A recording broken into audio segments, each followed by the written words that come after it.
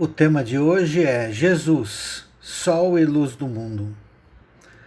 Os religiosos, de maneira geral, confundem os termos bíblicos e por isso que ocorrem as más interpretações dos textos sagrados. Confundem, por exemplo, morte física com morte espiritual, ressurreição do corpo com a ressurreição do espírito, assim como o conceito de eternidade e o conceito de eternidade e eternidade, que são coisas distintas. A teologia tradicional tem parte de culpa neste processo, porque é dela que se orientam boa parte dos religiosos. Muitos deles se alimentam da teologia chamada de fast food, ou seja, comem e engolem esta doutrina sem sentir o gosto, sem mastigar, sem ruminar, aceitam sem questionar e meditar sobre os princípios, e por isso não conseguem medir as suas consequências que acarretam dos seus dogmas, transformando Deus em hipócrita, que ensina a amar os inimigos e a perdoar 70 vezes 7, mas depois joga-os no inferno eterno sem perdão, ou aniquila-os para sempre também sem perdão, provando que esse Deus que essa teologia anuncia não tem poder e muito menos sabedoria suficiente para resgatar todos os filhos. E o que é ainda muito pior, que o Criador perde para a criatura, isto é, para Satanás, onde este consegue arrebanhar mais seguidores do que o próprio Deus. Transformam também Deus em um ser preguiçoso, desocupado e vadio, que trabalhou apenas há pouco tempo neste universo, nesta semana da criação, e sabe-se lá o que ele fazia antes disso, e muito menos se tem ideia do que ele fará depois das coisas terminadas aqui na Terra. Ou seja, criar um Deus terrocêntrico, onde a Terra é o centro da criação de Deus, e o universo seria apenas um enfeite para a Terra, e tudo se resume na forma egoística de enxergar a vida, centrada apenas em nós mesmos. E o que é muito pior, em uma única existência sobre a carne, aonde se formos analisar caso a caso de pessoas que vivem neste planeta, veremos que Deus certamente faz acepção de pessoas, considerando a teoria irracional da vida única. O tempo na realidade física é medido de forma diferente da realidade espiritual. É um conceito que nós devemos ter. Então observa aí na tela. Para o homem, um dia tem 24 horas, um mês, 30 dias, um ano, 365 dias e 6 horas, um século, 100 anos, um milênio, 1000 anos. Mas observe que o dia de 24 horas, o mês de 30 dias e o ano de 365 dias e 6 horas é medido pelo nosso planeta, em torno da nossa estrela, o Sol. Mas se estivermos em outro sistema solar, um outro planeta, com uma outra estrela, com diferenças de elipse diferente, de órbita diferente, os dias podem ser mais ou menos tempo, os anos, consequentemente. Então são tudo coisas para se analisar. Infelizmente, o homem, devido à sua imaturidade, ainda enxerga de uma maneira muito rasa, muito estreita, muito superficial. E quando eu falo o homem, eu incluo também o religioso, que não consegue considerar estas coisas e faz uma análise teológica com base no que ele apenas enxerga, ou que pelo menos ele entende. Então o tempo médio de vida do ser humano é de 60 a 90 anos. Mas existem uma gama de variações enormes. Alguns nem chegam a nascer, outros vivem poucas horas, dias ou meses. ou quem sabe alguns poucos anos, mas outros vivem acima de 90 anos. Então, de maneira geral, eu coloquei aqui uma média de 60 a 90 anos. A expectativa de vida, né? Porém, para outro ser vivo, no mesmo mundo físico em que nós habitamos, a percepção de vida e de tempo pode ser diferente. Comparando, veja aí na tela, um homem, como eu disse, a média é de 60 a 90 anos. Um cachorro vive em média de 10 a 15 anos, em média. Uns podem viver mais, outros menos. E um inseto pode viver desde algumas horas até poucos dias, mas a média é de 1 hora a 1 a 2 dias, na maioria dos insetos. Então vamos imaginar a seguinte situação, o seguinte raciocínio. Se todos os seres vivos fossem dotados da mesma racionalidade que o ser humano tem, capaz de perceber o tempo e capaz de analisar a sua vida, nós teremos a seguinte análise, a seguinte concepção. 1 ano para o homem é percebido diferentemente do que para o cachorro, por exemplo. 1 século para o homem é cerca de 10% da sua existência na carne. Já para o cachorro, é cerca de 1% da sua existência. Agora imagine alguns insetos que vivem no máximo por 1 hora e outros por 1 dia ou pouco mais que isso. A ideia de ano ou de século para eles é inalcançável no sentido de percepção. Assim também vale no âmbito espiritual. O anjo que vive a imortalidade no campo existencial, repare, estou falando no campo existencial. Não estou falando de morte espiritual, que diz a Bíblia, que é a separação de Deus dos filhos pelo pecado. Então estes anjos, eles têm a percepção de tempo diferente de quando este anjo está encarnado, vivendo uma experiência física. 1 século para o homem é muito tempo, como eu disse, 10% da sua existência. Mas para o anjo é um curtíssimo espaço de tempo. Assim em relação ao milênio e para outras grandezas de tempo.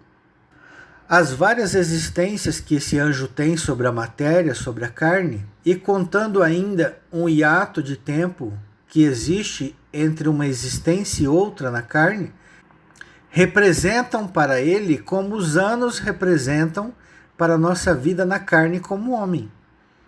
A cada existência é 1 ano de existência.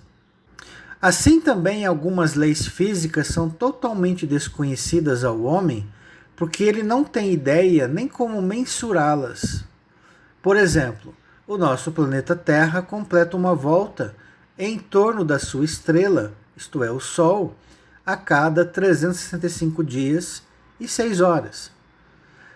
Mas o nosso sistema solar, englobado pelo Sol e pelos planetas, giram em torno da galáxia em que se encontra, em forma também elíptica, em torno do centro da galáxia.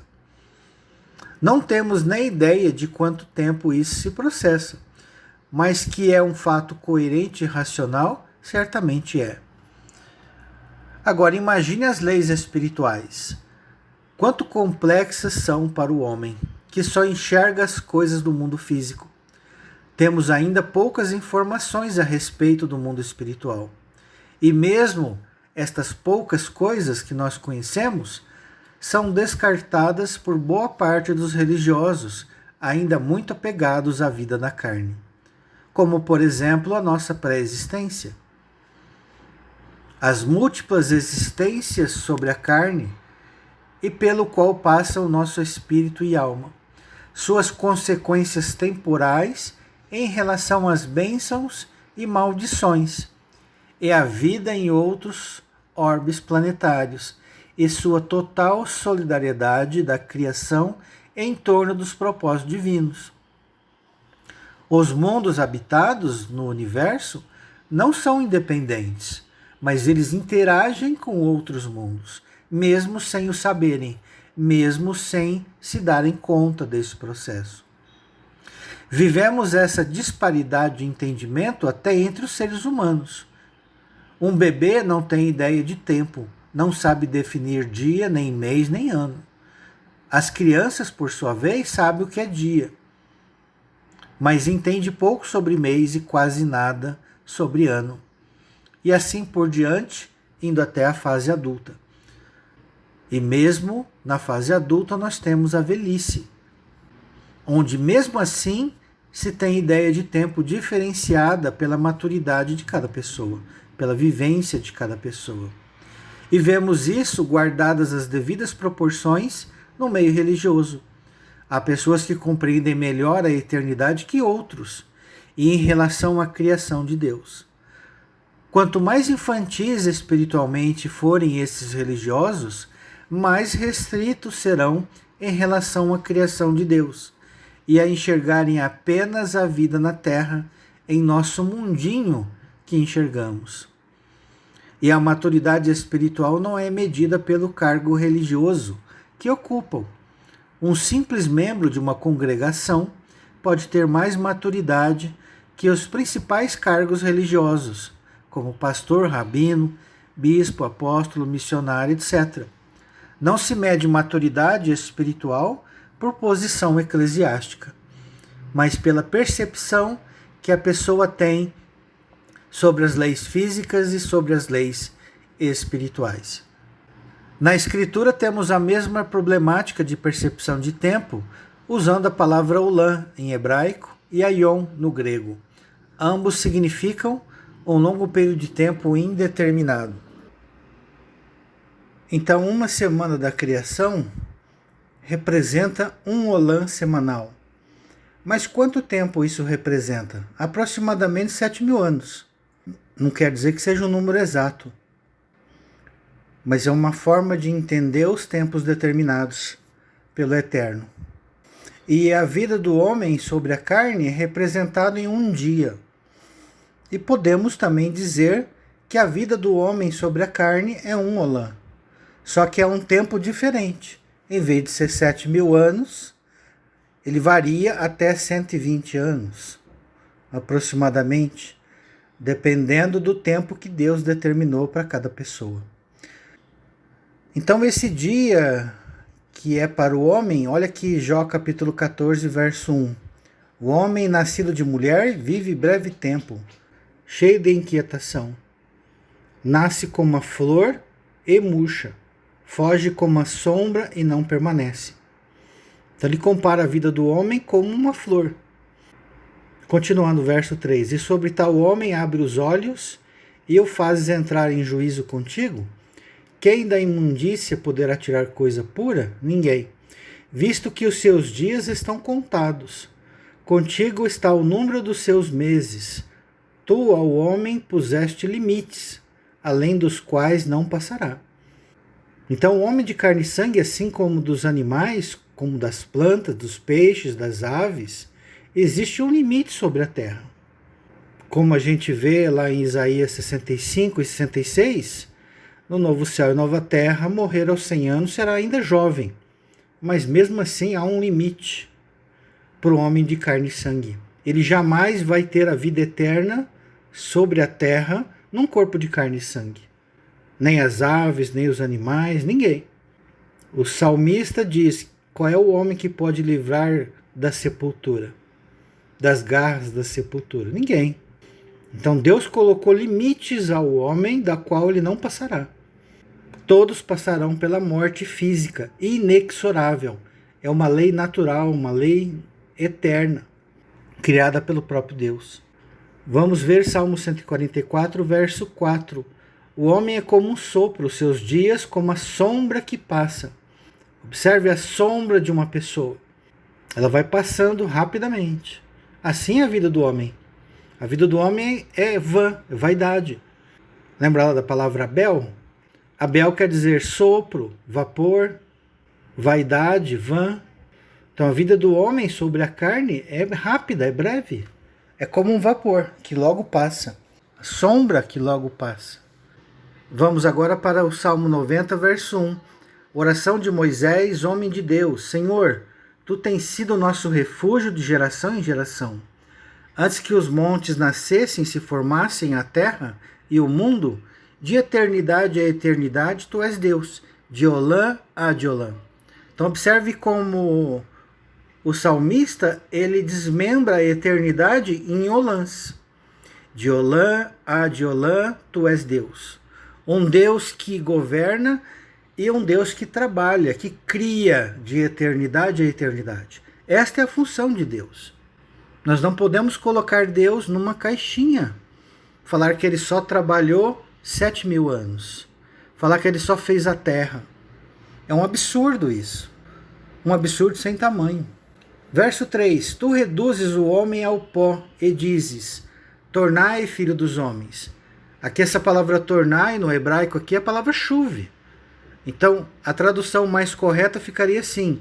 Tu reduzes o homem ao pó e dizes, voltai, filho dos homens. Por quê? Porque a sepultura não é o fim dos filhos de Deus. Eles sobrevivem à morte do corpo, porque eles são Elohim, são filhos de Deus, são espíritos, são filhos de Deus. Pois 1000 anos aos teus olhos são como o dia de ontem que se foi e como a vigília da noite. Olha só, 1000 anos é como a vigília da noite. São como o dia de ontem. Tu os arrastas na torrente, são como um sono, como a relva que floresce de madrugada. De madrugada viceja e floresce, à tarde murcha e seca. Observe, é um dia. Nasce de manhã e morre à tarde. Então, aos olhos de Deus, o homem vive como uma planta. Breve tempo. Comparado ao tempo do eterno, na eternidade, como eu disse no início deste estudo, o conceito de eternidade para Deus é um, para o ser humano é outro. Então a sensação de percepção de eternidade varia de ser para ser, de filho de Deus para filho de Deus. Agora imagine de filho de Deus para Deus. A diferença é bem maior. Então seria uma grande tolice e insensatez pensar assim. Pensar assim o quê? Que Deus vai condenar alguém eternamente por um ato que ele fez, sendo que não representa nem 1 milésimo de segundo na vida desse filho de Deus perante o eterno. Então você vai condenar o seu filho ao castigo eterno pelo que ele fez em um dia, em 1 hora, em 3 horas, sendo que seu filho vai viver vários anos. Compreende? Agora imagine que os filhos de Deus eles são dotados da imortalidade. A partir do momento que eles são criados e gerados pelo Eterno, eles são imortais. Eles se parecem com o Eterno. Eles têm existencialmente a vida eterna. Existencialmente. Não estou falando de morte espiritual, que é a separação da comunhão do Filho de Deus com o Pai se o Filho pecar. É uma outra coisa, um outro conceito. Mas é mais coerente entender que as recompensas e punições do Eterno em relação aos seus filhos, elas são online, após cada morte do corpo físico, segundo Hebreus 9:27. Então a vida do Filho de Deus não se resume para ele a apenas esse breve tempo numa existência corporal, mas durante toda a existência do Filho como Espírito, de Olã a Diolã, de eternidade a eternidade. A salvação de uma pessoa passa pelas 7 festas bíblicas, os Moedim do Eterno, os Moedes. E na Bíblia elas são celebradas em 1 ano do calendário humano.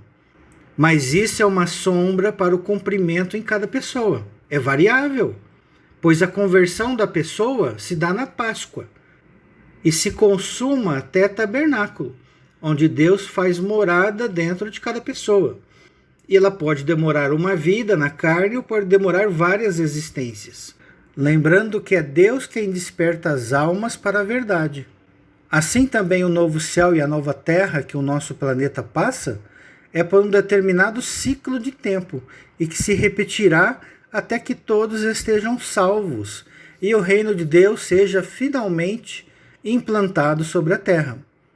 Portanto, muito desta noção de tempo só teremos uma real compreensão dela quando retornarmos à nossa condição de anjo, após a morte deste corpo de carne e sangue que estamos usando no momento. Aonde quero chegar com toda esta conclusão é de que devemos procurar observar o Olam e o Aion de Deus de uma forma mais ampla e profunda possível.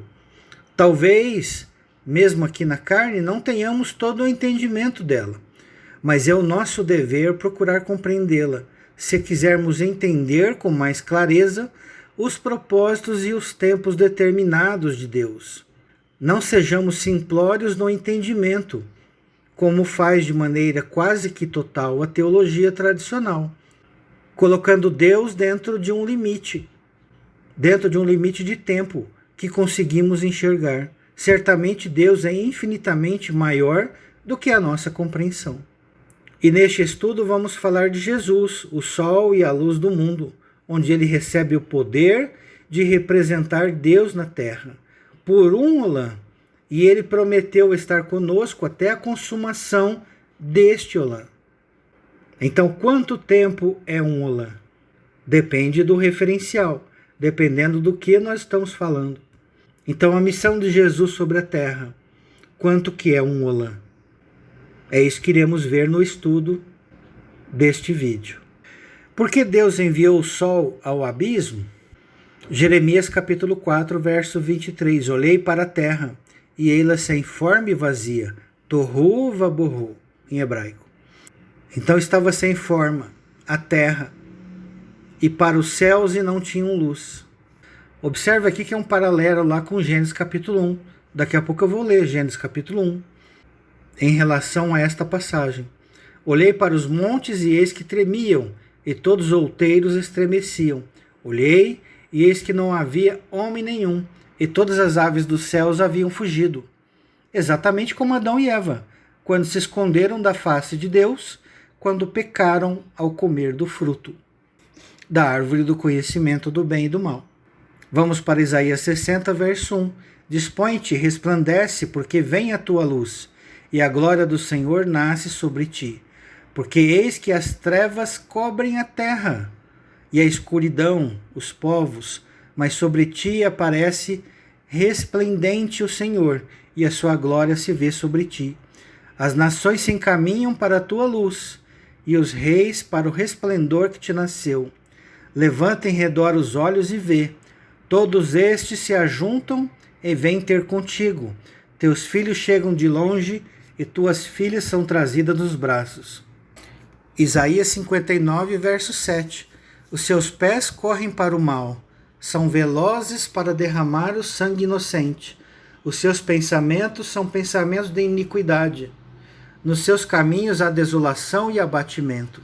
Desconhece o caminho da paz, nem há justiça nos seus passos.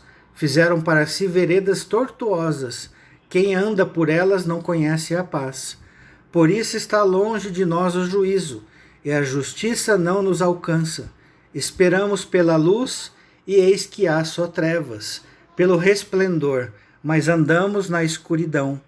Apalpamos as paredes como cegos, sim, como os que não têm olhos, andamos apalpando, tropeçamos ao meio-dia, como nas trevas, e entre os robustos somos como mortos. Então observe que por causa do pecado, por causa da iniquidade, a terra estava em trevas. A terra não tinha luz. Então é necessário Deus enviar a luz à terra para trazer salvação para quem está no abismo, para quem está em trevas. Vamos agora para Lamentações 3, verso 1. Eu sou o homem que viu a aflição pela vara do furor de Deus, a vara de correção, a vara de admoestação. O juízo de Deus não tem por finalidade destruir a alma e o espírito, o Filho de Deus, mas a vara, o juízo e até mesmo levá-los ao Geena tem por finalidade a salvação. Entrega a Satanás para que através da destruição da carne o espírito seja salvo no dia do Senhor. Essa é a finalidade de Deus ao colocá-lo sobre juízo, sobre o Geena. E de lá não sairão até que paguem o último centavo. Ou seja, o arrependimento sincero do coração. Quando Deus nota o arrependimento sincero do coração, Deus o tira de lá. Qual é o pai que deixa o filho de castigo se percebe que o filho se arrependeu e aprendeu a lição? Se vós, sendo mau, saber dar boas coisas aos vossos filhos, quanto mais o vosso Pai que está no céu. Simples assim. Se o nosso Deus for um pai. Agora, se o nosso Deus for um Deus qualquer, um carrasco, que não tem sabedoria, não tem poder, então ele vai perder para Satanás. Então ele vai condenar eternamente. Então ele vai aniquilar eternamente. Esse é o ensino que prega a teologia tradicional. Prega um Deus limitado. Prega um Deus sem sabedoria e sem poder. E principalmente que não é pai. E o que é pior, né? Transforma esse Deus em hipócrita. Porque Jesus ensina uma doutrina divina. O ensino não é meu, mas daquele que me enviou. Mas depois que a pessoa morre, o pai se esquece desse ensino. E fala, vocês mataram meu filho? Então eu não quero nem saber, vocês vão ficar no inferno eterno. Ou então eu vou despertá-los da sepultura, que já estão mortos e dormindo, só para ter o gostinho de matar de novo. Agora observe Jesus, se contrariou o ensino dele? Não. Por que não contrariou? Pai, perdoa que eles não sabem o que fazem. Lindo, maravilhoso o exemplo de Jesus. Deve ser seguido por todos. Agora, a culpa não é de Deus, a culpa é dos homens que criaram essa teologia superficial, imperfeita e que muda o caráter de Deus para pior, infelizmente. Mas ainda há tempo para as pessoas despertarem, afinal, este canal apregou o quê? Que Deus é poderoso e sábio e vai salvar a todos, não ao mesmo tempo, mas no decorrer das eternidades. Basta ler o Salmo 22. Todo joelho se dobrará, inclusive daquele que não pôde preservar a própria vida. Verso 2, ele me levou e me fez andar em trevas e não na luz. Olha aí. Deveras ele volveu contra a minha mão, de contínuo, todo dia. Então é um estado da alma, um estado espiritual. A salvação é de paz interior. A de perdição é de sofrimento e sem paz interior. É um sofrimento contínuo que queima a alma por dentro e não por fora. Verso 4, fez envelhecer a minha carne e a minha pele, despedaçou os meus ossos. Mas todos os corpos não envelhecem? Sim. Aqui é uma expressão que o escritor estava detalhando como é o sofrimento. É perda de vigor. Voltando ao verso 5, edificou contra mim e me cercou de veneno e de dor. Mas não matou a alma, observe. Me cercou de veneno. Para onde a pessoa foi, o veneno a acompanhou. E a dor também. Fez-me habitar em lugares tenebrosos, escuros, trevas, como os que estão mortos para sempre. O abismo. Observe como é narrado o abismo. Verso 7. Cercou-me de um muro e já não posso sair. Agravou-me com grilhões de bronze. Esse muro é o abismo que separa o abismo do seio de Abraão. Lembra lá do texto do rico e do Lázaro? Havia um abismo entre o abismo e o seio de Abraão, da qual não era possível transpor. Era esse muro, esse obstáculo. Verso 8. Ainda quando clamo e grito, ele não admite a minha oração. Por quê? Porque não há arrependimento sincero ainda. Então não adianta clamar e gritar. O povo de Deus não ficou clamando e gritando vários anos antes de ser liberto lá por Moisés? Tem um momento certo. Deus sonda os corações e sabe o momento certo. Como diz o texto de Isaías, não contenderei para sempre, pois o Espírito definharia diante de mim que eu criei. Então Deus sabe o limite que o homem pode suportar a dor, o sofrimento. Isso não quer dizer que Deus é carrasco, que é mau, não. Age com sabedoria. Porque essa dor, esse sofrimento vai levar os filhos ao esclarecimento, à libertação, ao crescimento, ao progresso, ao despertamento e à sua regeneração. Vão voltar a agir como verdadeiros filhos de Deus. Então faz parte do castigo até que se pague o último centavo. Verso 9: Fechou os meus caminhos com pedras lavradas, fez tortuosas as minhas veredas. Ou seja, andou zigue-zagueando pelo caminhar. Já viu uma pessoa perdida? Ela anda em círculos, ela anda em zigue-zague, ela não vai em linha reta até o destino. Então quem tem luz, quem tem a direção de Deus, vai em linha reta, vai chegar num tempo mais curto. Já quem está perdido em trevas, pelo contrário, esse destino é atrasado, de propósito. Verso 10: Fez-se-me como urso à espreita, um leão de emboscada, que dilacera. Desviou os meus caminhos e me fez em pedaços, deixou-me assolado. Entesou o seu arco e me pôs como alvo à flecha. Imagine nós sermos o alvo de todas as flechas do flecheiro. Quanto irá doer? Bastante. Fez que me entrassem no coração as flechas da sua aljava, mas não nos matou. Flecha que doía no coração, na alma, no espírito. Fui feito objeto de escárnio para todo o meu povo e a sua canção todo dia. Esse é o estado do ímpio, do que anda em trevas. Fartou-me de amarguras, saciou-me de absinto, de coisas amargas. Fez-me quebrar com pedrinhas de areia os meus dentes, cobriu-me de cinza. Afastou a paz de minha alma. Esqueci-me do bem. Olha aí, afastou a paz de minha alma, é o que acontece. É um estado íntimo da alma, do espírito, e que reflete no exterior, evidentemente. Se o nosso íntimo está mal, todo o nosso exterior está enfermo.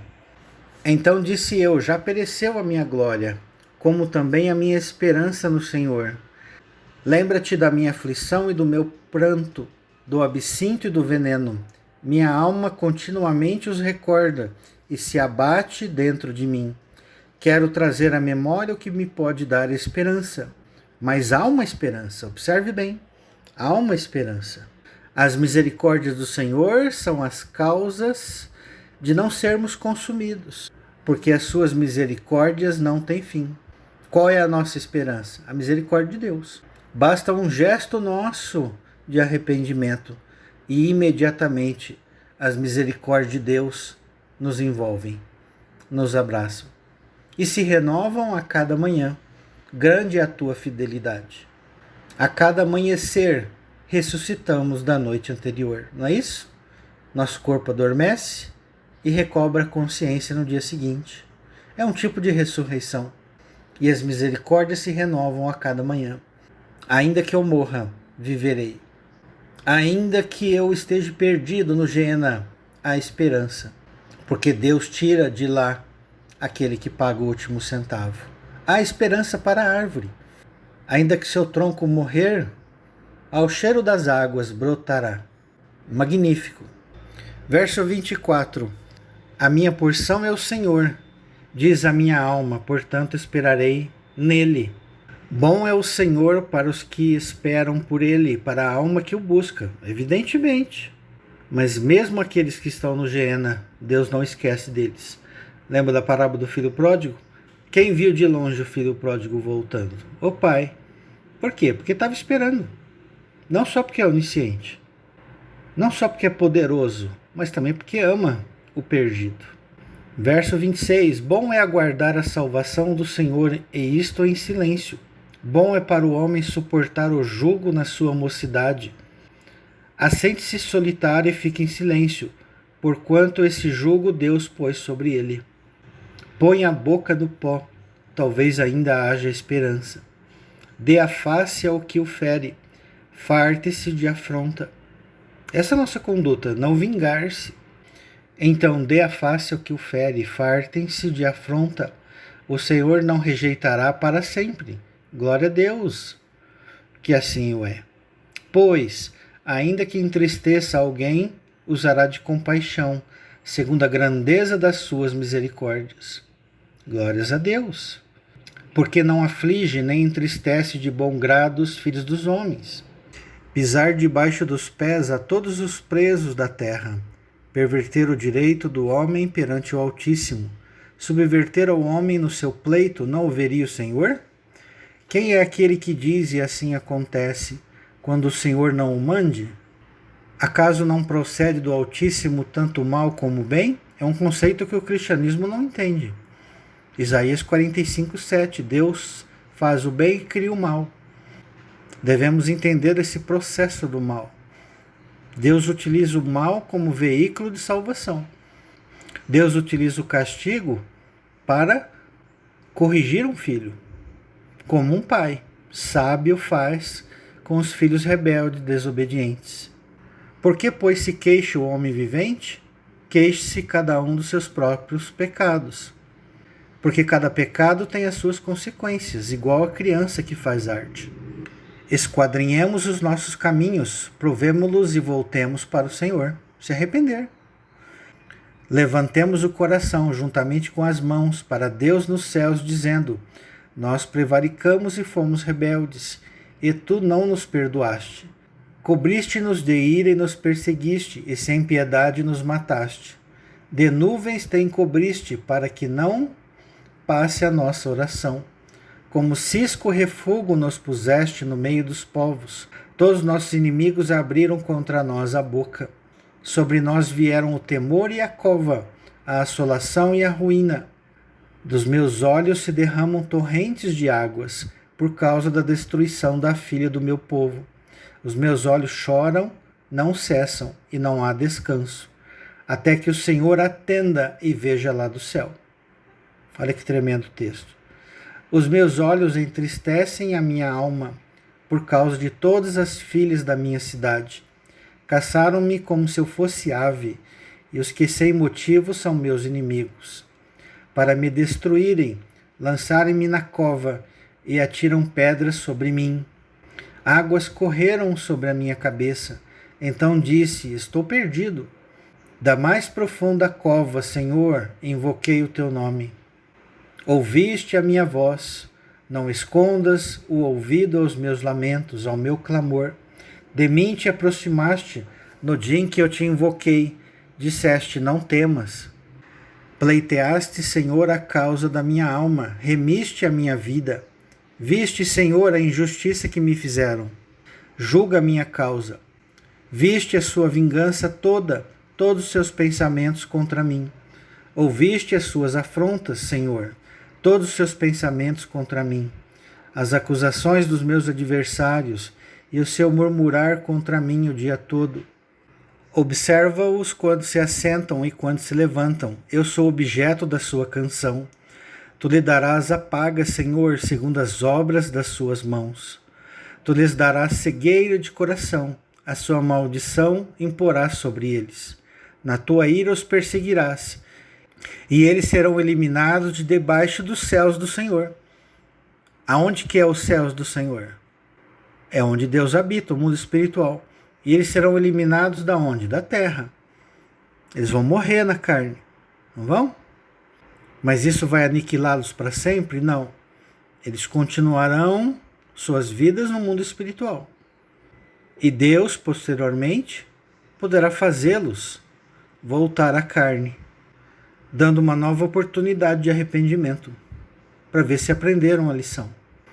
Isaías 45:7, eu formo a luz e crio as trevas, faço a paz e crio o mal. É a palavra Ra'á em hebraico. É mal mesmo. Para o Filho de Deus, o castigo não é brincadeira. Para o Filho de Deus, o castigo é castigo mesmo. Dói, chora, esperneia, sentem as aflições, evidentemente. Eu, Senhor, faço todas estas coisas. Vamos para Provérbios 6:23. Porque o mandamento é lâmpada e a instrução luz, e as repreensões da disciplina são o caminho da vida. Olha que texto maravilhoso. Quando nós entendemos como Deus trabalha. O mandamento é lâmpada e a instrução, luz. Quem quer ouvir, andará em luz. Quem quer ser rebelde, vai andar em trevas. Eu não quero ouvir a lei. Problema meu. Só que eu vou andar em trevas. E as repreensões da disciplina são o caminho da vida. É para isso que serve a vara de Deus, para trazer vida. Entrega a Satanás, para que através da destruição da carne o espírito seja salvo no dia do Senhor. Próximo tópico, a promessa do sol sobre a terra. Isaías 42, verso 1.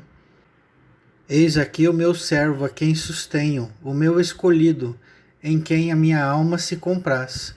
Quem é este? É Jesus, é Yeshua. Pus sobre ele o meu Espírito, o Espírito Santo, e ele promulgará o direito para os gentios. Não clamará, nem gritará, nem fará ouvir a sua voz na praça. Não esmagará a cana quebrada, nem apagará a torcida que fumega. Em verdade promulgará o direito.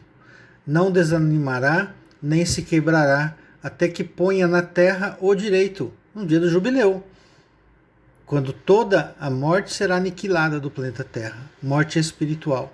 E as terras do mar aguardarão a sua doutrina. As nações, terra do mar, povo, línguas e nações, aguardarão a sua doutrina. Assim diz Deus, o Senhor, que criou os céus e os estendeu, formou a terra e tudo quanto produz, que dá fôlego de vida ao povo que nela está, e o espírito aos que andam nela. Eu, Senhor, te chamei em justiça. Tomar-te-ei pela mão e te guardarei, e te farei mediador da aliança com o povo e luz para os gentios. Não é Jesus que é o mediador da aliança? Eis que farei uma nova aliança com a casa de Israel e com a casa de Judá, com as duas casas de Israel. Para abrires os olhos aos cegos, para tirares da prisão o cativo e do cárcere os que jazem em trevas. Olha aí a finalidade da nova aliança. A finalidade de Deus colocar o servo na terra, a luz do mundo na terra. E esses cegos que terão os olhos abertos, esses que estavam em prisão e cativo, é claro que Deus não vai libertá-los todos ao mesmo tempo, mas todos serão salvos no decorrer das eternidades. Pois a missão de Jesus não tem prazo de validade nas múltiplas existências. Só existe prazo de validade na vida única, que é pregado pela teologia tradicional. Afinal, eu tenho até o final desta vida para me arrepender e aceitar Cristo. Se eu não me arrepender, eu estou frito. Então, tá vendo? Tem prazo de validade. Agora, as múltiplas existências, não. Se eu não creio no Messias agora, eu poderei crer no futuro. E lembre-se que é Deus quem desperta os filhos para receberem o Messias. Ninguém vem a ele se pelo Pai primeiro não for concedido, se o Pai primeiro não o trouxer. Entende? Pulando alguns versos, verso 16. Guiarei os cegos por um caminho que não conhecem. Falosei andar por veredas desconhecidas, por caminhos desconhecidos. Tornarei as trevas em luz perante eles. Olha que maravilhoso. Luz em meio ao abismo. Tornarei as trevas em luz perante eles e os caminhos escabrosos em planos. Lembra lá do João Batista? Do Elias que havia de vir?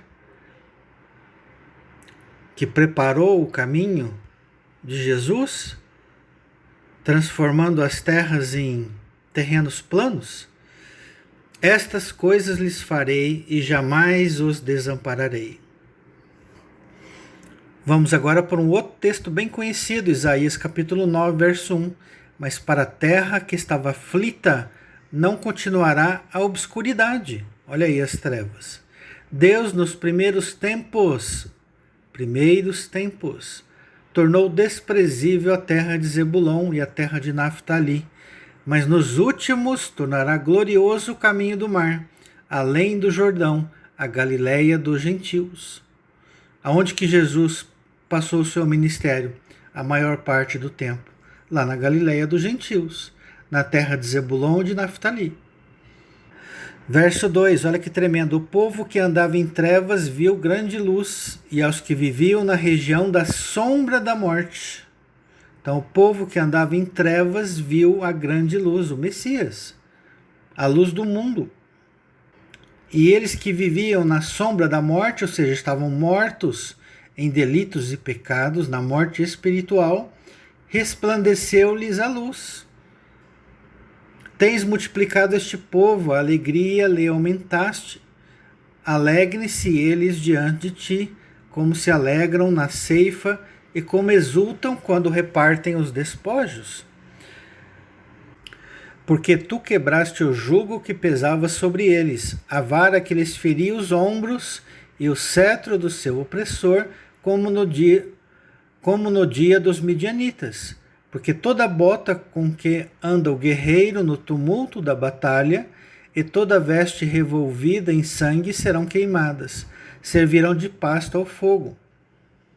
Porque um menino nos nasceu, um filho se nos deu, o governo está sobre os seus ombros, e o seu nome será Maravilhoso Conselheiro, Deus Forte, Pai da Eternidade, Príncipe da Paz, para que se aumente o seu governo e venha paz sem fim sobre o trono de Davi e sobre o seu reino, para estabelecer e o firmar, mediante o juízo e a justiça, desde agora e para sempre. O zelo do Senhor dos Exércitos fará isto. Então, quem enviou o Messias foi Deus. Deus amou o mundo de tal maneira que deu a luz ao mundo, que deu seu Filho unigênito, para que todo que nele crê não pereça, mas tenha a vida eterna. Vamos pegar esse verso 6, que eu acabei de ler, de Isaías capítulo 9, e olhar no slide a seguir em hebraico. Então observe aí na tela a palavra em roxo, a palavra ave, pai.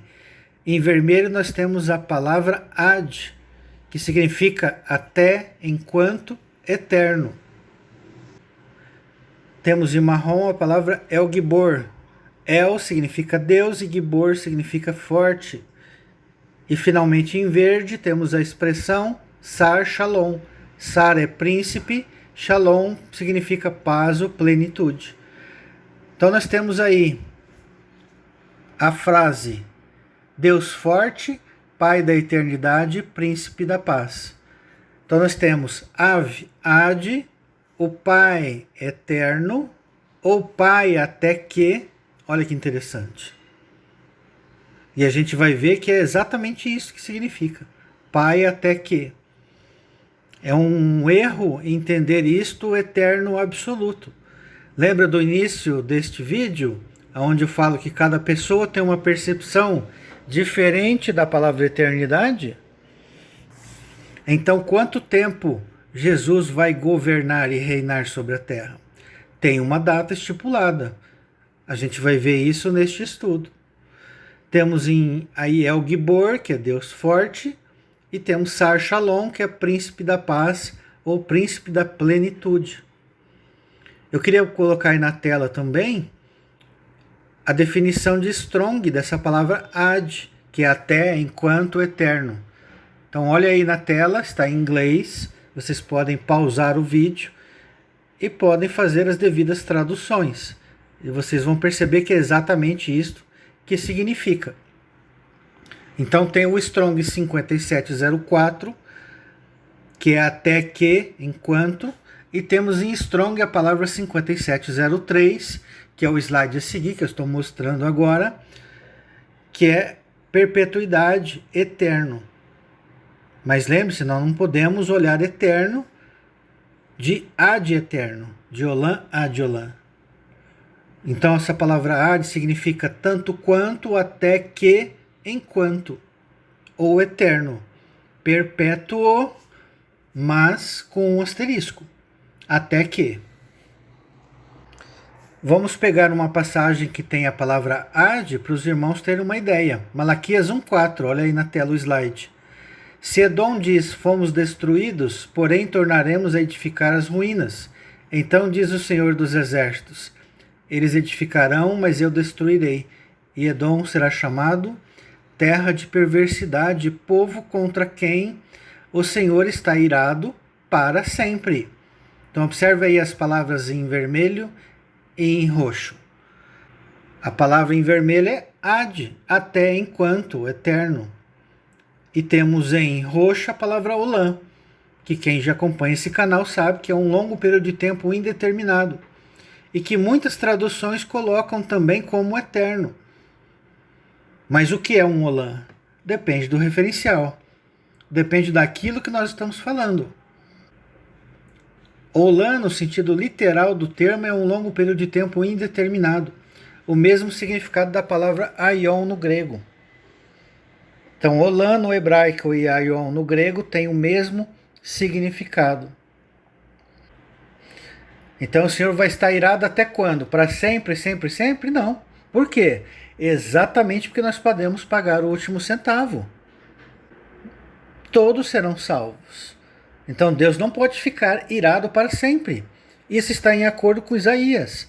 Não contenderei para sempre, pois o Espírito definharia diante de mim, da qual eu criei. Observe agora o próximo slide do Salmo 90, verso 2. Antes que os montes nascessem, se formassem a terra e o mundo, de eternidade a eternidade, tu és Deus. De eternidade até eternidade. Observe a expressão Olam ad Olam. Em roxo temos 2 vezes a palavra Olam.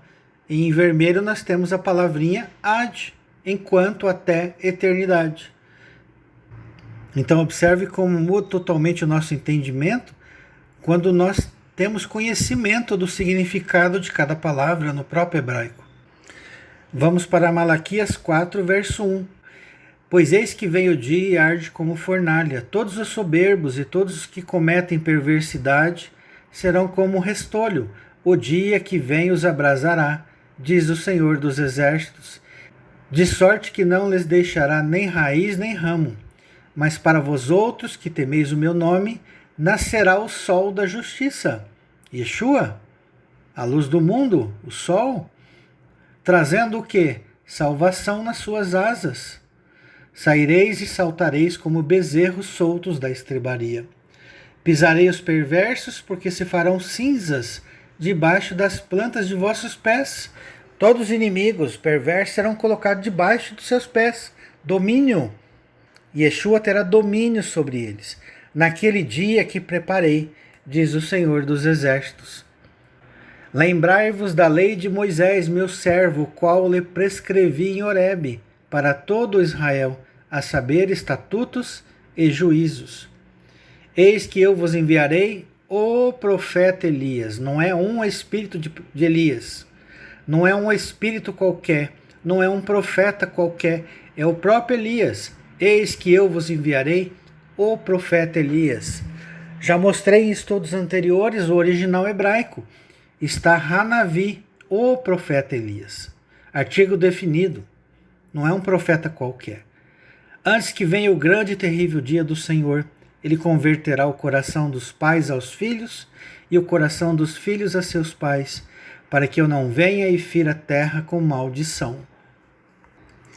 Vamos para Lucas 1, verso 76. Tu, menino, serás chamado profeta do Altíssimo, porque precederás o Senhor, preparando-lhe os caminhos, para dar ao seu povo conhecimento da salvação, no redimi-lo dos seus pecados, pregando arrependimento, graças à estranhável misericórdia de nosso Deus, pelo qual nos visitará o sol nascente das alturas. Olha que tremendo. Messias, Jesus, o sol da justiça, o sol nascente das alturas, a luz do mundo. Para quê? Para iluminar os que jazem nas trevas e na sombra da morte, e dirigir os nossos pés pelo caminho da paz. Próximo item, a vinda do sol sobre a terra e sobre o abismo. Vamos para o Salmo 78, verso 2. Abrirei os lábios em parábolas e publicarei enigmas dos tempos antigos. A palavra aqui, tempos antigos, é Quedem, Oriente, mundo antigo, mundo primitivo, tempo antigo. Então Deus falaria em parábolas escritas desde a antiguidade. Então Gênesis é para ser entendido como parábola e não usar o texto de forma literal, se quisermos entender os ensinos profundos do Eterno. Ora, mas Deus não criou o céu e a terra? Criou. Mas esse é o básico do básico do básico, é o leite. Qualquer criança religiosa sabe que Deus criou todas as coisas. Agora, um adulto espiritual vai tirar de Gênesis ensinos profundos, alimentos sólidos para a sua alma, para o seu espírito, para que ele tenha conhecimento dos propósitos de Deus. Olha o que Deus disse em Isaías 40, 21. Acaso não sabeis, porventura não ouvis? Não vos tem sido anunciado desde o princípio? Ou não atentaste para os fundamentos da terra? Então temos que ser zelosos com a palavra de Deus. Se Deus disse que promulgaria enigmas e parábolas e que anunciou desde o princípio, sejamos bons filhos e vamos estudar a Bíblia como se deve e não olhar como se fosse uma coisa literal. Um livro para criança, onde cobrinha fala, tem árvore que você come do fruto e fica inteligente. Entende? São conceitos espirituais. Jó 38, verso 4. Onde estava tu quando eu lançava os fundamentos da terra, Jó? Dize-me se tem entendimento. Quem lhe pôs as medidas, se é que você sabe, Jó? Ou quem estendeu sobre ela o cordel? Sobre que estão fundadas as suas bases, Jó? Ou quem lhe assentou a pedra angular, Jó? Quem que é a pedra angular, Jó? É Jesus, é Yeshua, o Messias, a luz do mundo. Os fundamentos da terra foram colocados para haver salvação. Compreendem? E o que mais Deus disse em Jó 38? Olha aqui que tremendo. Quando as estrelas da manhã, as estrelas da alva, juntas, alegremente cantavam e rejubilavam todos os filhos de Deus. Quem são os filhos de Deus que cantavam e rejubilavam como estrelas da manhã antes da criação da terra? A teologia tradicional responde? Claro que não, né? Porque eles creem na vida única. Eles não creem na pré-existência da alma, do espírito, dos filhos de Deus. Nós somos Elohim, nós somos deuses, nós somos filhos de Deus. E pulando alguns versos, o que Deus responde para Jó? Você sabe, Jó? Você tem conhecimento, Jó? No verso 21, Deus responde com todas as letras. Tu sabes, porque neste tempo eras nascido. Eras nascido, Jó. E porque é grande o número dos teus dias. Você não tem 40 anos, não, Jó. Você não tem 80 anos, não, Jó. Seus dias são muito mais longos do que você imagina, Jó. São grandes os números dos teus dias, Jó. Você já era nascido neste tempo, o tempo da criação, Jó. Você é pré-existente, Jó. E por tabela nós também somos, porque Deus não faz acepção de pessoas. Deus não faz acepção de filhos. Vamos para o texto de 2 Timóteo capítulo 1, verso 8. Não te envergonhes, portanto, do testemunho de nosso Senhor, nem do seu encarcerado, que sou eu. Pelo contrário, participa comigo dos sofrimentos, a favor do Evangelho, segundo o poder de Deus, que nos salvou e nos chamou com santa vocação, não segundo as nossas obras, mas conforme a sua própria determinação e a graça que nos foi dada em Cristo Jesus antes dos tempos eternos. É a palavra em grego aqui, kairos aion, os tempos de Deus, eternos, da eternidade, de um longo período de tempo indeterminado, no passado. Então observe, nós somos pré-existentes e todas as coisas nos foram dadas antes da Terra existir. Deus nos conheceu antes da Terra existir e manifestada agora pelo aparecimento de nosso Salvador Cristo Jesus, o qual não só destruiu a morte, como trouxe à luz a vida e a imortalidade, mediante o Evangelho. Vamos para Isaías 41, verso 25. Do norte suscito a um, e ele vem, a um desde o nascimento do sol, e ele invocará o meu nome. Pisará magistrados como lodo, e como o oleiro pisa o barro. Quem anunciou isto desde o princípio, a fim de que possamos saber antecipadamente, para que digamos, é isso mesmo? Mas não há quem anuncie, nem tampouco quem manifeste, nem ainda quem ouça as vossas palavras. Então olha aí, Isaías 41 falando de Jesus. Este que vem do nascimento do sol, e ele invocará o meu nome. E ele vai pisar os magistrados como lodo, e como o oleiro pisa o barro. Agora Gênesis capítulo 1, verso 1. No princípio criou Deus os céus e a terra. Lembra do Salmo 78, verso 2? Promulgarei enigmas e parábolas desde os dias da antiguidade, desde o Quedem.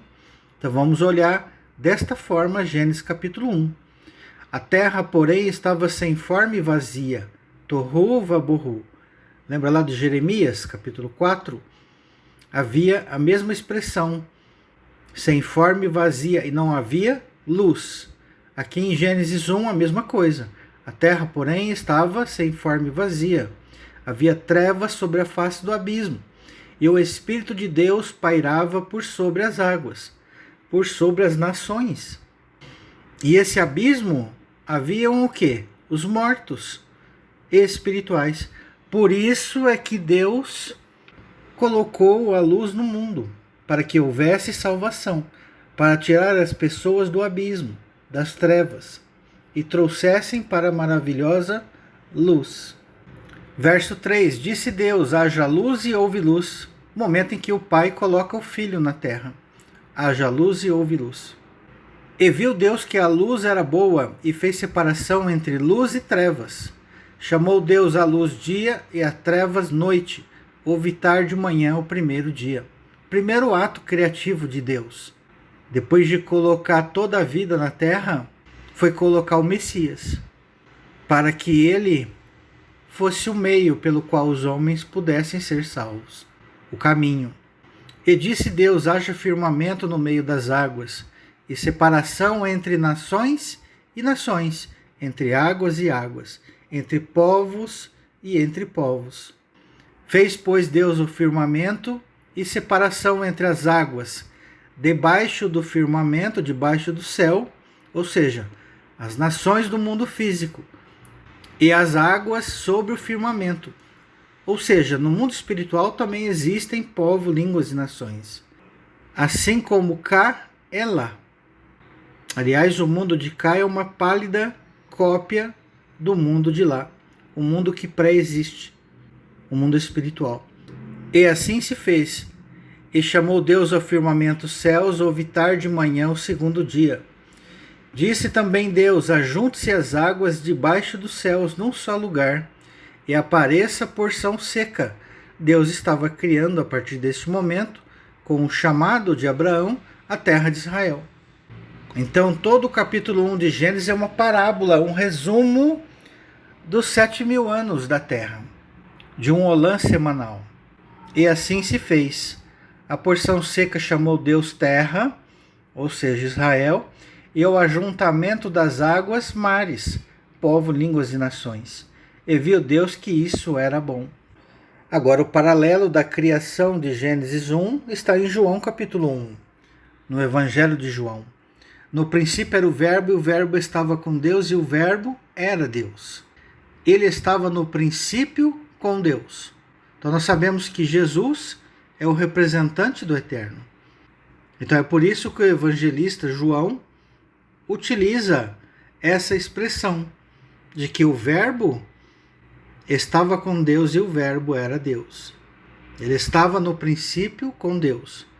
Todas as coisas foram feitas por intermédio dele, e sem ele nada do que foi feito se fez. A vida estava nele, e a vida era a luz dos homens. A luz resplandece nas trevas, e as trevas não prevaleceram contra ela. Houve um homem enviado por Deus, cujo nome era João. Ele veio como testemunha, para que testificasse a respeito da luz, a fim de que todos virem a crer por intermédio dele. Ele não era a luz, mas veio para que testificasse da luz, a saber, a verdadeira luz, que vinda ao mundo ilumina todo o homem, todos os homens. O Verbo estava no mundo, o mundo foi feito por intermédio dele, mas o mundo não o conheceu. Veio para o que era seu, e os seus não o receberam. Mas a todos quanto o receberam, deu-lhes o poder de serem feitos filhos de Deus, a saber, os que creem no seu nome, os quais não nasceram do sangue, nem da vontade da carne, nem da vontade do homem, mas de Deus. Então o novo nascimento não depende da vontade do homem, mas de Deus.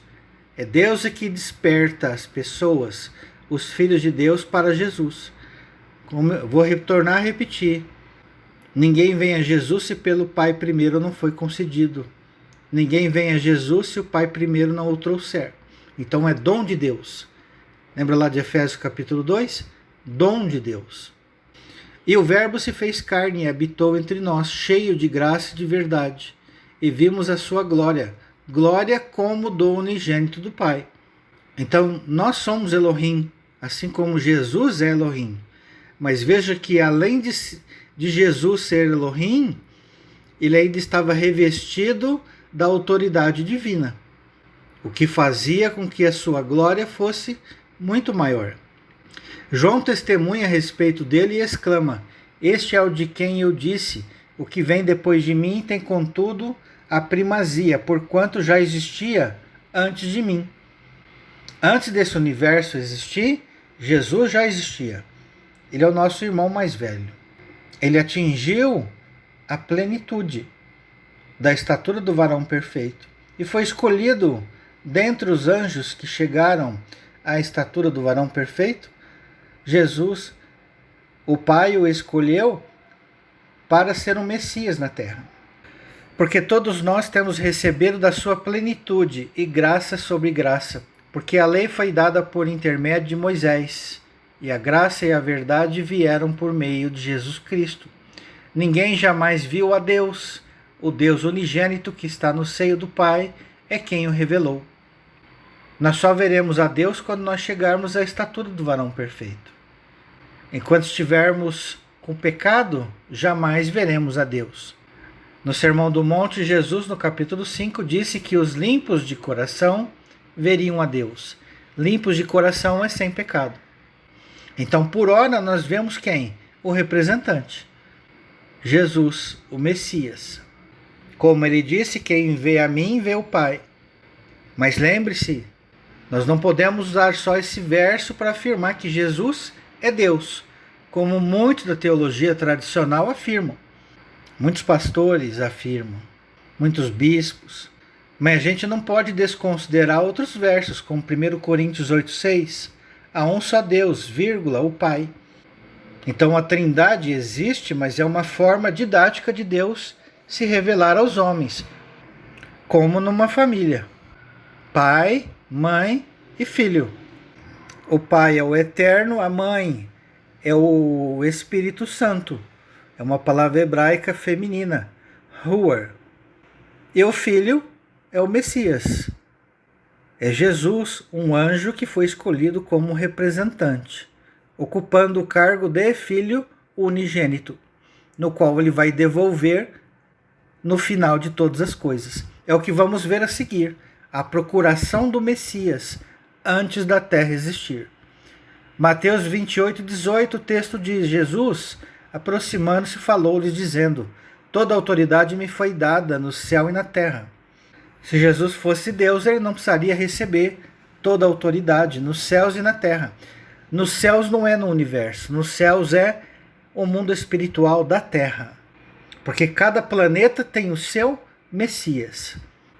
Jesus não toma conta de todos os planetas do universo. Deus tem outros anjos para fazer tal serviço. Da mesma importância de que Jesus tem. Só que Jesus está cuidando das ovelhas deste orbe planetário da Terra. Então a procuração foi dada onde? Daniel 7, verso 13.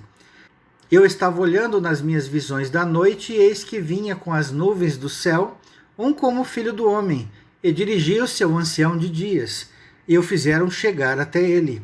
Foi-lhe dado domínio e glória e o reino. Olha que foi dado para ele. O domínio, a glória e o reino, toda a autoridade nos céus e na terra, para que os povos, nações e homens de todas as línguas o servissem. O seu domínio é domínio eterno.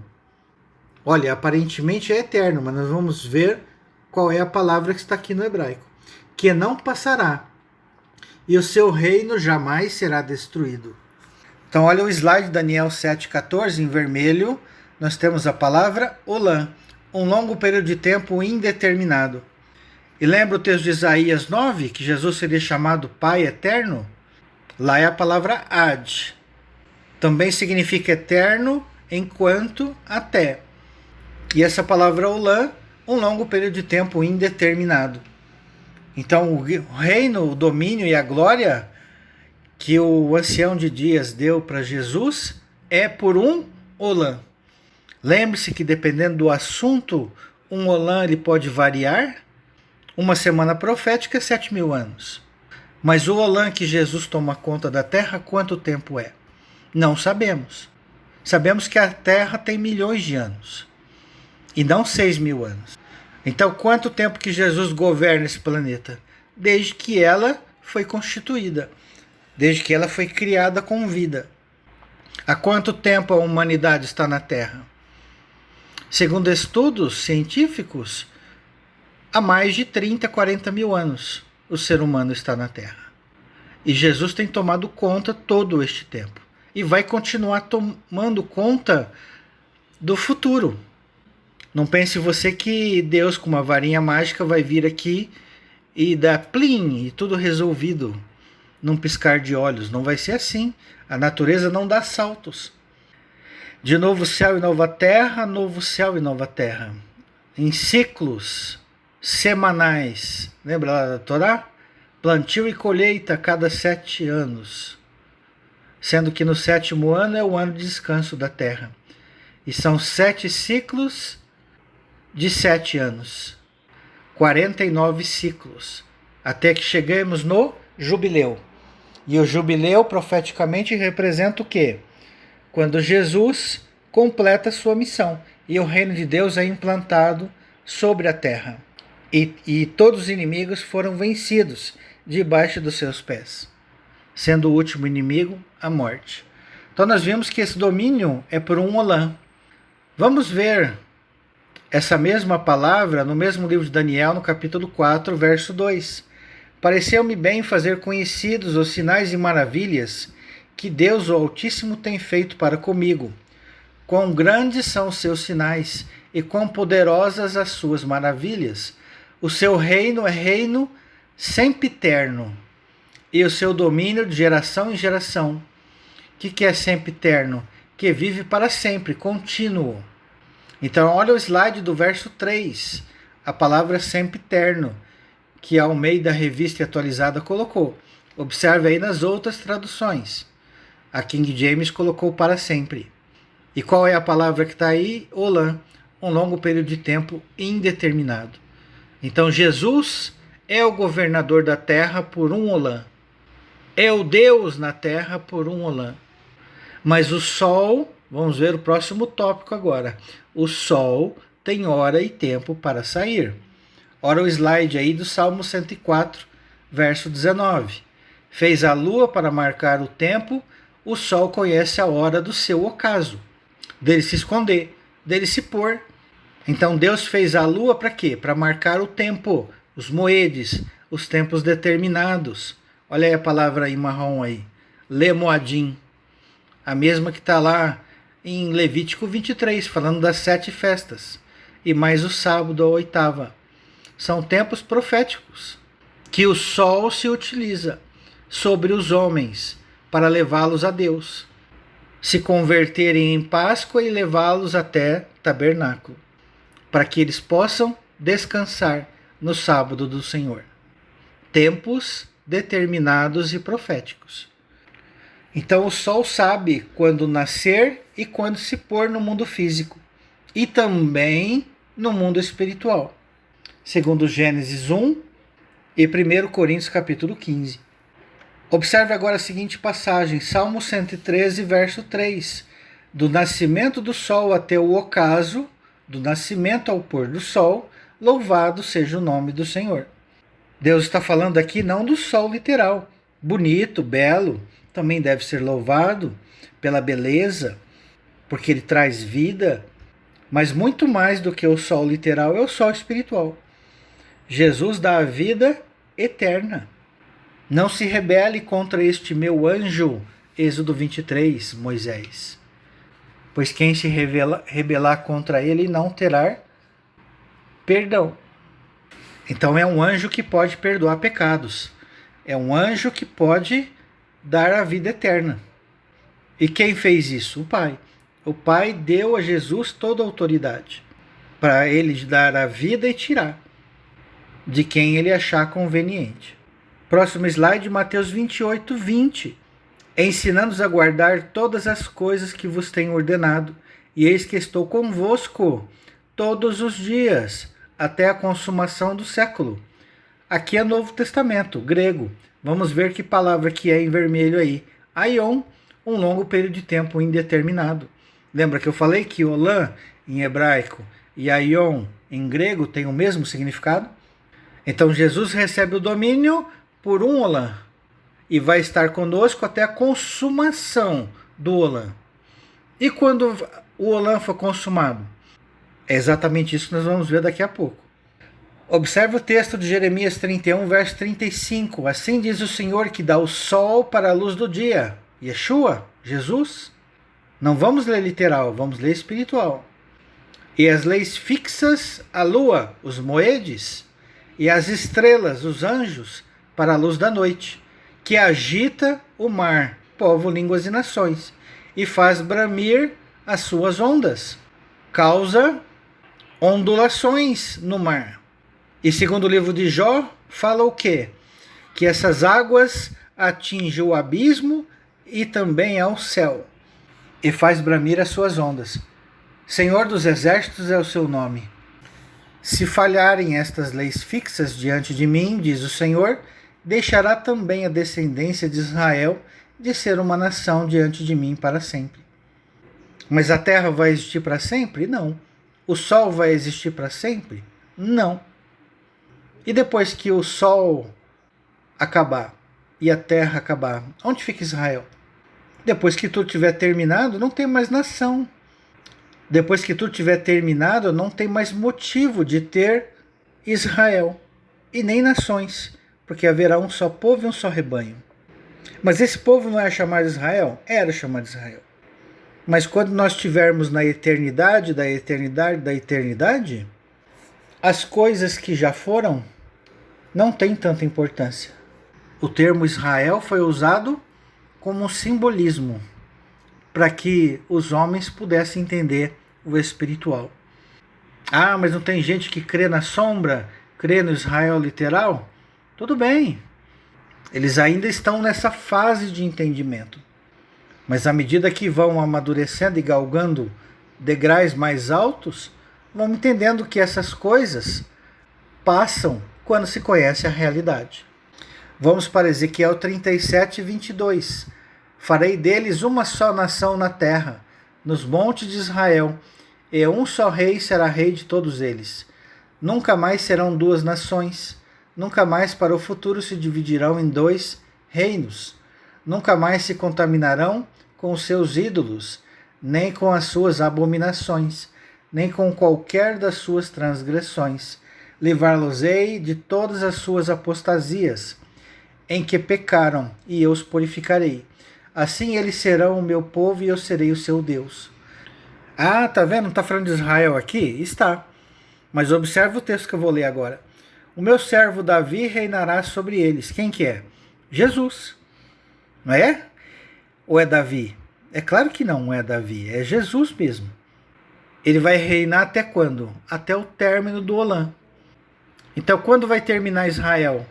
No final do Olam. Compreende? É compreensível as pessoas terem essa paixão, esse amor pelo nome Israel. Mas quando nós estivermos no final de todas as coisas, com uma outra mentalidade muito maior do que nós temos hoje, os símbolos do eterno passarão. E teremos um entendimento muito mais profundo. Porque os filhos de Deus não se resumem apenas do planeta Terra. Os filhos de Deus não se resumem deste universo. Os filhos de Deus não se resumem deste universo e do mundo espiritual. Mas a obra de Deus é muito maior do que tudo isso. Deus é criador de Olam a de Olam. Este universo não é a primeira criação de Deus, nem será a última. Nosso Deus é muito maior do que a teologia e os homens podem conceber. Verso 25. Habitarão na terra que dei a meu servo Jacó, na qual vossos pais habitaram. Habitarão nela eles e seus filhos, e os filhos de seus filhos, para sempre. Olã. E Davi, meu servo, será seu príncipe eternamente. Olã. Mas será que vai ser eternamente mesmo? Não, vamos ver daqui a pouco. Farei com eles aliança de paz, será aliança perpétua. Estabelecê-los-ei e os multiplicarei, e porei o meu santuário no meio deles para sempre. Olã. O meu tabernáculo estará com eles, eu serei o seu Deus, e eles serão o meu povo.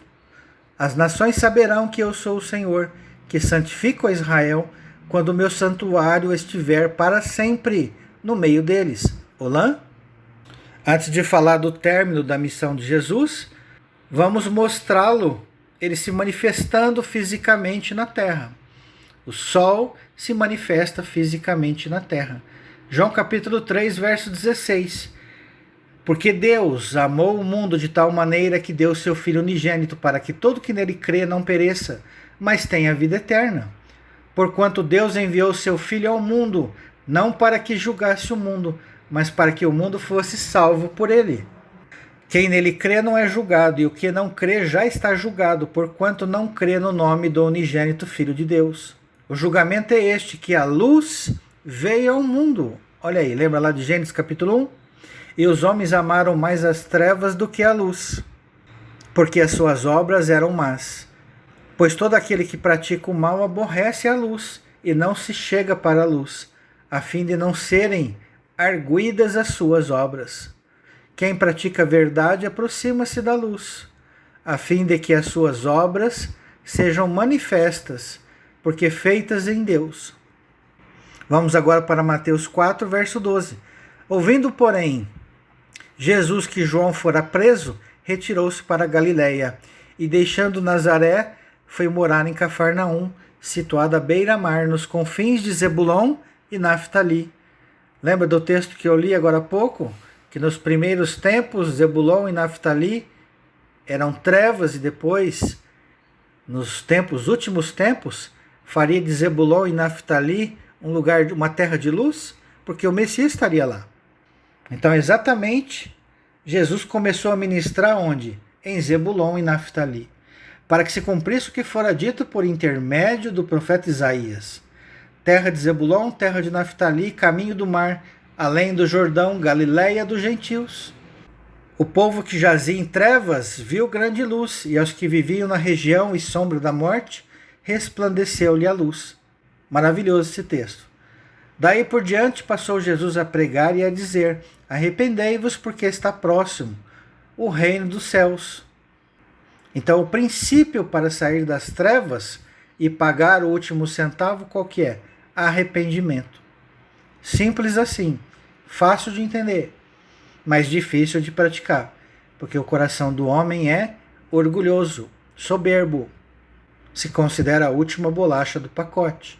Verso 18. Caminhando junto ao mar da Galileia, viu dois irmãos, Simão, chamado Pedro, e André, que lançavam as redes ao mar, porque eram pescadores. E disse-lhes: vinde após mim, e eu vos farei pescadores de homens.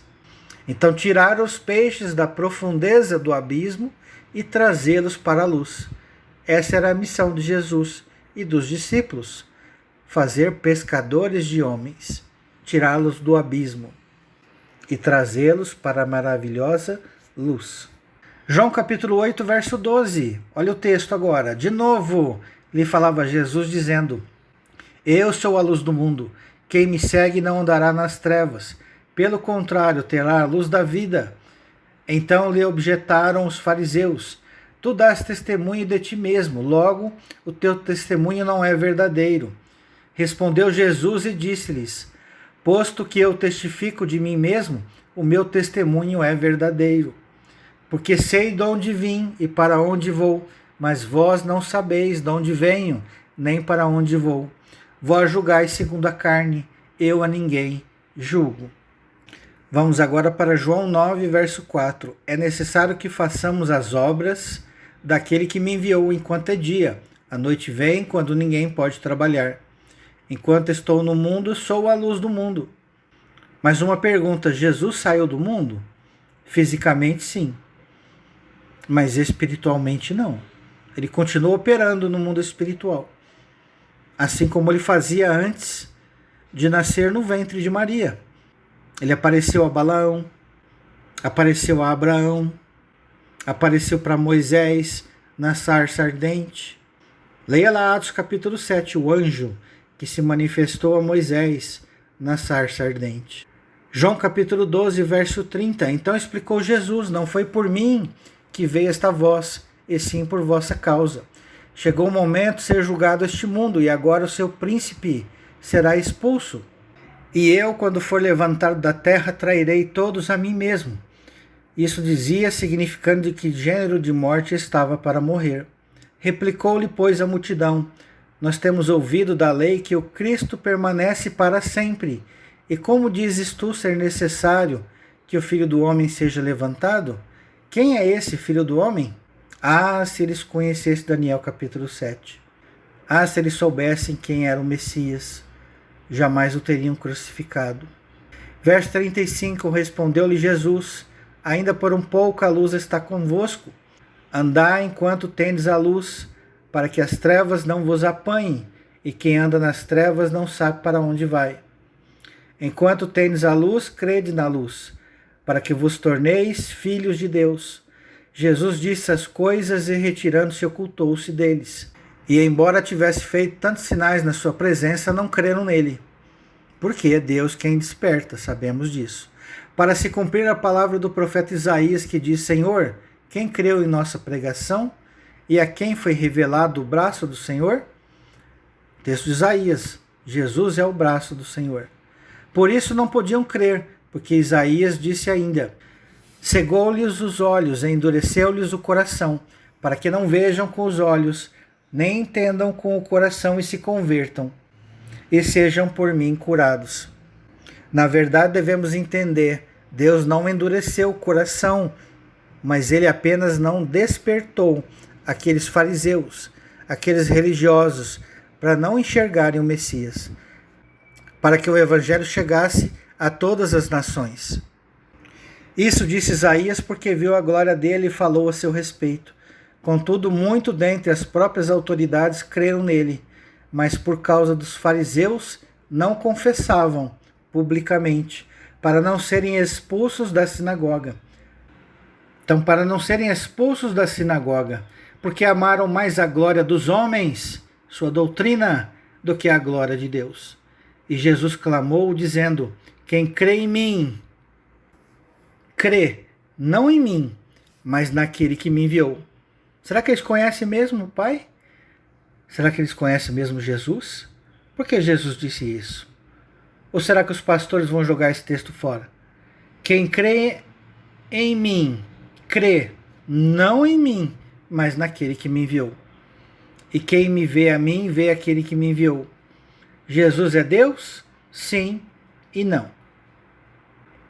Eu vim como luz para o mundo, a fim de que todo aquele que crê em mim não permaneça nas trevas.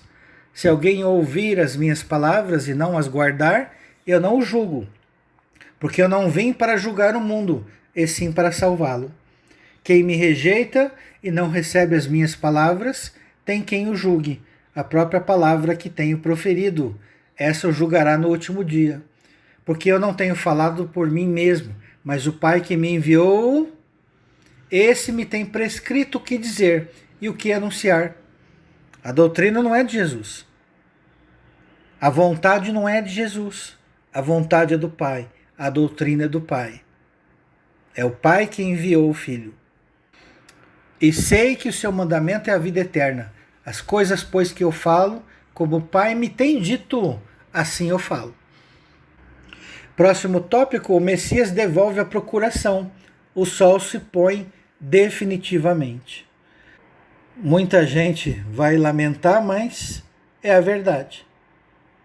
Para quê? Para que Deus assuma de fato o controle de todas as coisas. Não que ele não os tivesse, mas o próprio Pai, o Eterno, delegou essa função a um anjo. Se não fosse assim, os anjos iam fazer o quê? Dormir? Coçar? Ficar tocando harpa? Não. Os anjos têm que trabalhar. Tem que ajudar nos propósitos de Deus. Não só na terra, mas em outros mundos, no universo e no mundo espiritual. Então observe, 1 Coríntios 15, verso 24. O final do Olã. Estarei convosco até a consumação do século. Estarei convosco até a consumação do Aion. Verso 24. Então virá o fim quando ele entregar o reino ao Deus e Pai. Para quem que ele entrega? Ao Deus e Pai. O Deus de Jesus. O Pai de Jesus. Simples assim. Porque Jesus é o quê? Um anjo. Quando houver destruído todo o principado, bem como toda potestade e poder, porque convém que ele reine até que. Lembra que Jesus é o Pai eterno? Até que. Lembra da palavra lá? Ad. Convém que ele reine até que haja posto todos os inimigos debaixo dos pés. Então o reino de Jesus não é pelo século dos séculos, não. É até o final do Olã. Mas quanto tempo é o Olã? Não sabemos. Mas que um dia vai ter fim? Isso vai. Está escrito aqui. Ou então vamos jogar esse texto fora. Verso 26. O último inimigo a ser destruído é a morte. Porque todas as coisas sujeitou debaixo dos pés. E quando diz que todas as coisas estão sujeitas, certamente exclui aquele que tudo lhe subordinou. Quando, porém, todas as coisas lhe estiverem sujeitas, então o próprio Filho também se sujeitará àquele que todas as coisas lhe sujeitou, para que Deus, o Pai, seja tudo em todos. Quem que é o único Deus? O Pai. 1 Coríntios 8:6. Ou os pastores vão jogar 1 Coríntios 8:6 fora? Os que creem na Trindade. Vão jogar fora? Esse texto de 1 Coríntios 15 vamos jogar fora também? Claro que não. Se quisermos entender a verdade. Se quisermos entender os propósitos divinos. Próximo item, os filhos da luz, Romanos capítulo 2, verso 13. Porque os simples ouvidores da lei não são justos diante de Deus, mas os que praticam a lei hão de ser justificados. Quando, pois, os gentios que não têm lei procedem por natureza de conformidade com a lei, não tendo lei, servem eles de lei para si mesmos. Estes mostram a norma da lei gravada no seu coração, testemunhando-lhes também a consciência e os seus pensamentos, mutuamente acusando-se e defendendo-se.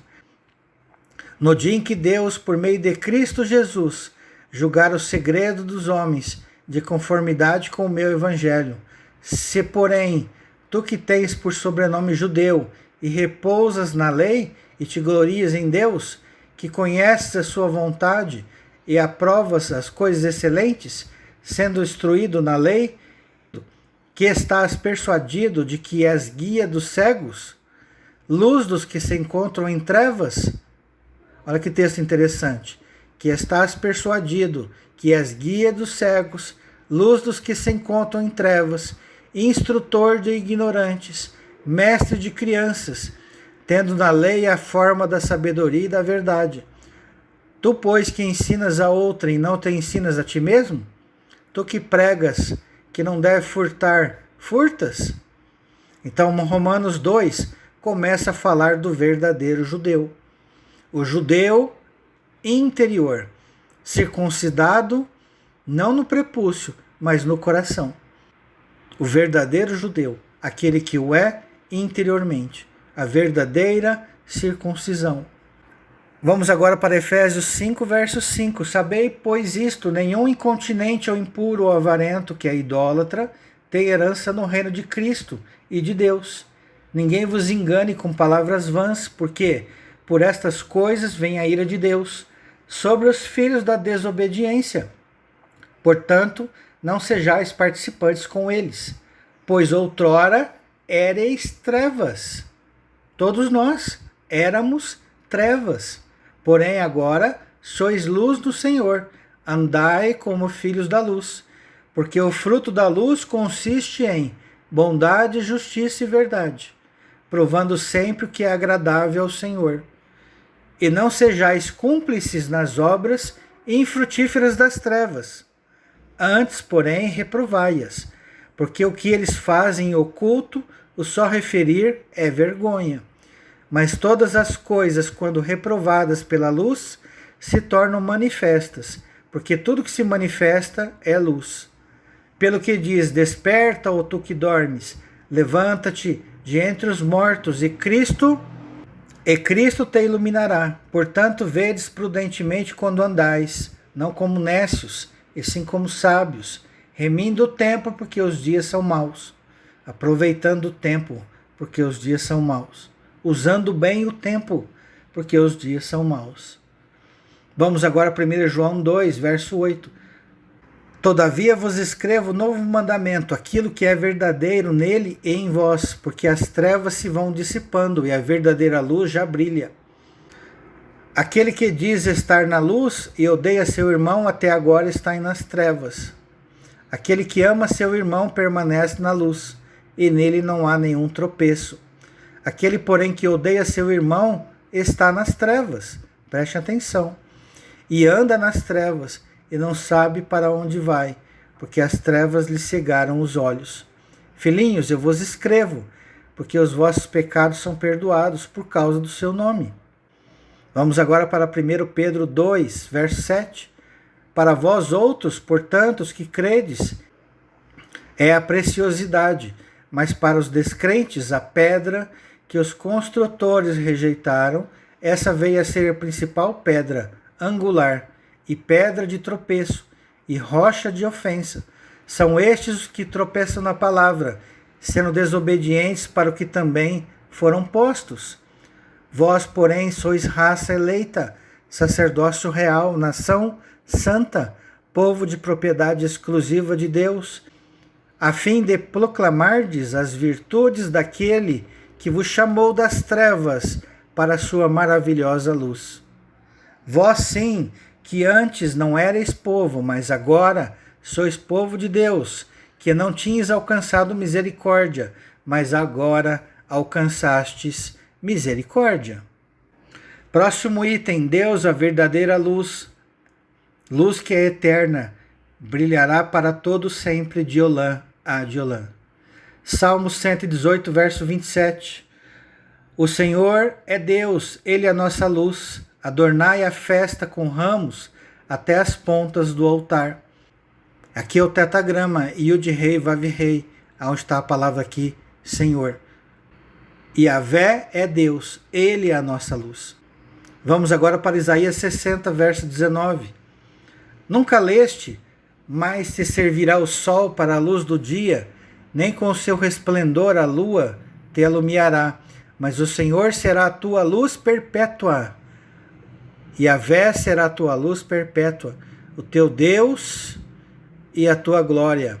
Nunca mais se porá o seu sol. Olha aí, é um sol que não se põe. Jesus se põe, mas esse sol aqui não. O eterno, ele será o nosso sol. Nem a tua lua minguará. Não tem tempo determinado. Para o eterno, para o Messias tem. Viram a diferença? Lembra lá do Salmo 104? Porque o Senhor será a tua luz perpétua, e os dias do teu luto findarão. Olha o slide aí do verso 20. Em vermelho a palavra perpétua. Olã, um longo período de tempo indeterminado. Lembra-se do que eu disse? Dependendo do referencial, o Olã tem um significado menor ou maior. Então, para Jesus, o Olã é um tempo. Para Deus, o Olã é outro, muito maior. Assim como há diferença do homem de carne e sangue para o anjo, há diferença do Filho de Deus para o Pai. Diferença de tempo do Olã. O reino de um e o reino do outro. São por Olãs, mas um tem fim e o outro não. Quem pode entender? A teologia tradicional entende? Conhece o Pai? Conhece o Filho? Vamos para o Salmo 43, verso 1. Faze-me justiça, ó Deus, e pleiteia a minha causa contra a nação contenciosa. Livra-me do homem fraudulento e injusto, porque tu és o Deus da minha fortaleza. Por que me rejeitas? Porque hei de andar eu lamentando sobre a opressão dos meus inimigos? Envia a tua luz e a tua verdade, para que me guiem e me levem ao teu santo monte e aos teus tabernáculos. Então irei ao altar de Deus, que é a minha grande alegria. Ao som da harpa eu te louvarei, ó Deus, Deus meu. Porque estás abatido, ó minha alma? Porque te perturbas dentro de mim? Espera em Deus, pois ainda o louvarei. A Ele, meu auxílio e Deus meu. Vamos para o Salmo 18, verso 28. Por que fazes resplandecer a minha lâmpada, ó Senhor? Meu Deus, derrama luz nas minhas trevas. Vamos agora para Salmo 119, verso 105.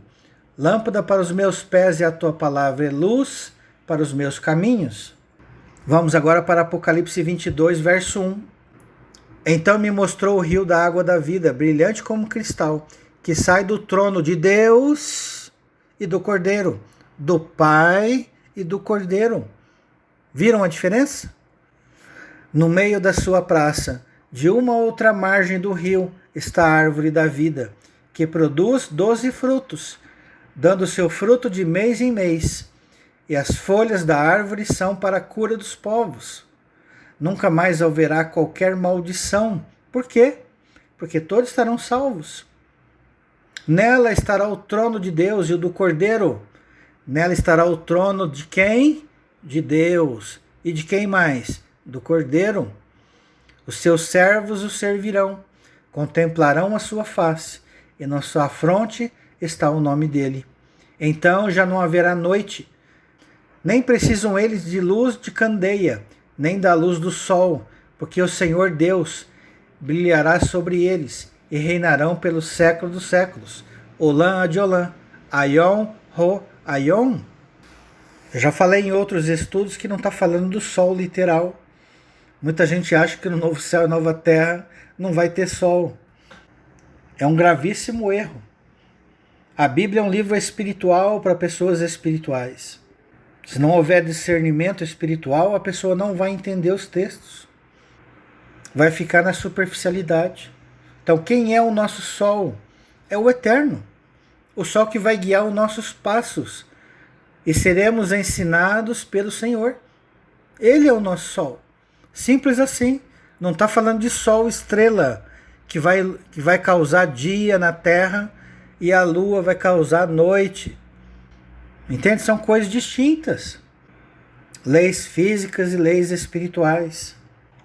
E para terminar esse estudo, Salmo 148, verso 1. Aleluia, louvai ao Senhor do alto dos céus. Louvai-o nas alturas. Louvai-o todos os seus anjos. Todos os seus anjos. Louvai-o todas as suas legiões celestes. Hierarquia de anjos. O seu exército. Do simples soldado angelical até o mais alto graduado da hierarquia dos anjos. Louvai-o. Louvai o sol. Louvai o Yeshua, Jesus. Louvai a lua, os tempos determinados. Louvai-o, todos os anjos luzentes, todas as estrelas luzentes. Louvai-o, céu dos céus, e as águas que estão acima do firmamento, os povos, línguas e nações que estão aonde? No mundo espiritual, no céu dos céus. Louvai-o todos ao Eterno, porque só Ele é digno de receber toda a nossa adoração. Louvem o nome do Senhor, pois mandou Ele, e foram criados, e os estabeleceu para todo sempre. Fixou-lhes uma ordem que não passará.